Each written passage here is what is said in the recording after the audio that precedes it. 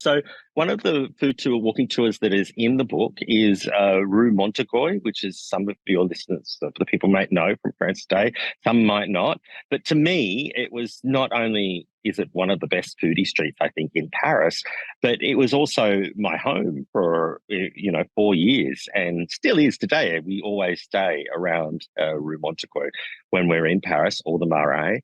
And it's where I walk the dogs every day. I knew all the places on there. I knew all the people.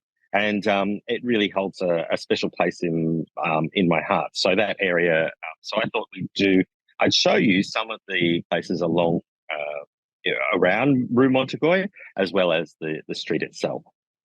Rue Montorgueil is one of the best pedestrian and foodie streets in Paris, in my opinion. It has history as well as great food, which is always a plus in Paris. Rue Montorgueil starts at the Church de Saint-Eustache and goes from the first through to the second arrondissement. It was part of the Montorgueil district, which was a former administrative district of Paris. Its name comes from Mont Orgueil, meaning mountain or mont of pride. This is because Parisian society used to look down on the people that lived here as nouveau riche. You see, the area was a rubbish tip, or basically landfill for the market. There was a large wall around the market, and the proprietors would throw their rubbish over it, and this built up over time. Then they filled this in, and the hill, Rue Montorgueil goes up, was formed. Parisian society at the time thought that those who brought their new apartments built were nouveau rich and happy to live on rubbish and proud of it. So the area became known as Mont Orgueil, Mount of Pride.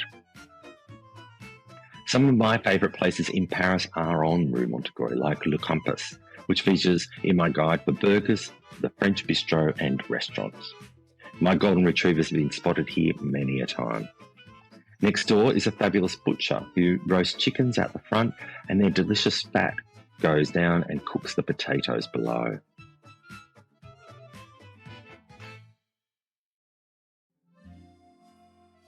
But across the road is Patisserie Stoa, which is a recommendation from not only me in the book, but also American patisserie chef Molly Wilkinson, who does pastry cooking classes online at her home in Versailles. Molly nominated Stoa as her favourite foodie place in Paris. I love it, and it is also the favourite of the late Queen Elizabeth II, apparently. Founded in 1720, it's said to be the oldest patisserie in Paris, and also the founding home of the rum baba. A little further up, you'll find À la Mère de Famille, one of Paris's best chocolate stores.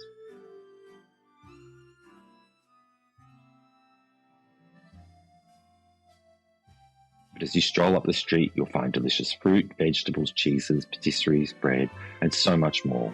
Oh, I've forgotten the crepes, and also some delicious Kurdish kebabs of flatbreads.